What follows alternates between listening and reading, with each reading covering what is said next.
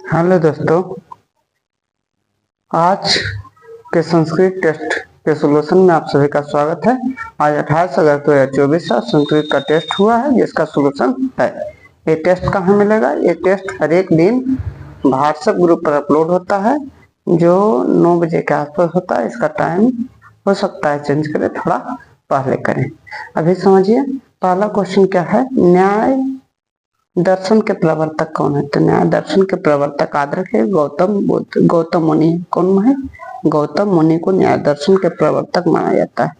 एक पूछेगा सांख्य दर्शन के प्रवर्तक कौन है? तो सांख्य दर्शन के प्रवर्तक कपिल मुनि को कहा जाता है। न्याय दर्शन याद रखेगा गौतम मुनि और सांख्य दर्शन याद रखेगा कपिल मुनि। मेगास्थनीज पटना किसके दरबार में आया था? तो याद रखिएगा मेगास्थनीज पटना चंद्रगुप्त मौर्य के दरबार में आया था। चंद्रगुप्त मौर्य के दरबार में आया। सेल्यूकस निकेटर का राजदूत था जो यूनान का था और चंद्रगुप्त मौर्य के दरबार में पटना आया था। इंडिका इसका पुस्तक भी है। पूछेगा इंडिका किसकी पुस्तक है? तो मेगास्थनीज का। किसके दरबार में आया था? चंद्रगुप्त मौर्य के। कहाँ का था? यूनान का। किसका राजदूत था? निकेटर का। समझे? पाटलिपुत्र का बुद्ध काल में क्या नाम था? पाटलिपुत्र का बुद्ध काल में नाम था पाटलीग्राम। क्या नाम था? पाटलीग्राम। याद रखिएगा। कहेगा पाटलिपुत्र का बुद्ध काल में क्या नाम था? तो नाम था पाटलीग्राम। कूटनीतम काव्य के कवि कौन है? तो कूटनीतम काव्य के कवि है दामोदर गुप्त। कूटनीतम काव्य है, उसका कवि कौन है? दामोदर गुप्त। दामोदर गुप्त। कूटनीतम काव्य के कवि पूछेंगे तो क्या क्या आंसर होगा? दामोदर गुप्त। सिखों के 10वें गुरु कौन थे? तो सिखों के 10वें गुरु गुरु गोविंद सिंह थे जिनका जन्म पटना में हुआ था।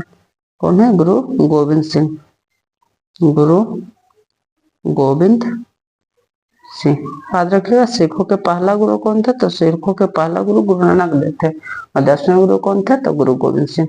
अगला देखते हैं क्वेश्चन है 6 नंबर। आलस कथा के रचयिता कौन है? तो आलस कथा के रचयिता जो है विद्यापति। कौन है? विद्यापति। विद्यापति। आलस कथा के रचयिता विद्यापति है। आलस कथा के रचयिता कौन है? विद्यापति। यह जो आलस कथा है किस ग्रंथ से लिया गया? तो याद रखेगा पुरुष परीक्षा ग्रंथ से। मिथिला के मंत्री कौन थे? आलस कथा में मिथिला की कहानी है। इसमें 4 आलसी रहता है। मंत्री जो विशेश्वर था। कौन था? विशेश्वर।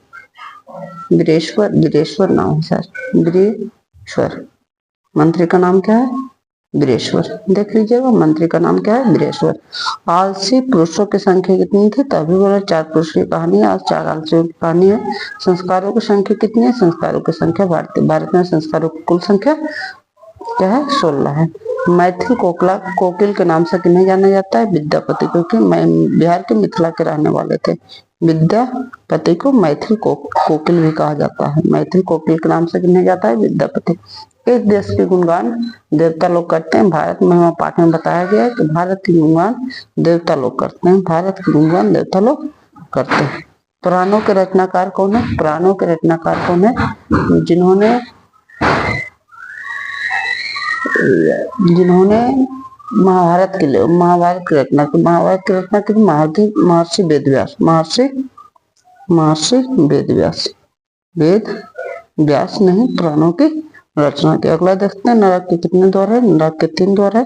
नाम क्या है? आदर से काम, क्रोध, लोभ। काम, क्रोध और लोभ। नरक के 3।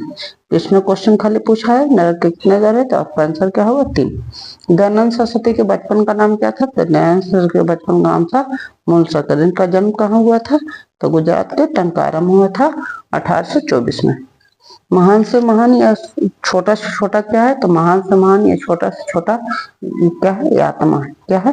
आत्मा। पूछेगा महान से महान क्या है? छोटा से छोटा क्या? आत्मा है। सत का मुख किस सदा का होता है? सत का मुख जो होता है स्वर्ण, सोने के बर्तन, सोने के पात्र से ढका होता है। सोने के पात्र से।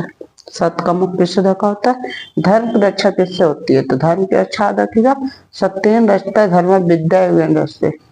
सत्य की रक्षा धर्म से होती है। धर्म की रक्षा जो होती है सत्य से होती है। किससे होती है? सत्य से। अविद्या गृहस्थ अभ्यास से होती है, विद्या योग दृष्टि। मंगलम पाठ कहाँ से संकलित है? तो मंगलम पाठ कहाँ से संकलित? उपनिषद से। उपनिषद से मंगलम पाठ कहाँ से लिया गया? उपनिषद से। करमवीर कहाँ रहता था? करमवीर राम प्रवेश राम जो था वो भिखन टोला में, बिहार के सुदूर प्रदेश था, गांव था, भिखन टोला में रहता था, भिखन टोला। अगला क्या है? वेदों की ओर लौटो का नारा किसने दिया? तो स्वामी दयानंद सरस्वती ने। स्वामी दयानंद सरस्वती ने वेदों की ओर लौटो का नारा दिया। अगर व्हाट्सएप ग्रुप ज्वाइन करना चाहते हैं तो इस ग्रुप में ही, इस वीडियो में ही व्हाट्सएप ग्रुप का लिंक दिया हुआ है, उससे जाकर इस ग्रुप को ज्वाइन कर सकते हैं। इसमें और सभी जो है मैट्रिक बोर्ड की तैयारी के लिए बहुत सारा काम किया जा रहा है, जिससे आपकी मैट्रिक बोर्ड की तैयारी में बहुत ही सुधार आएगी। वीडियो को देखने के लिए धन्यवाद। Thank you so much.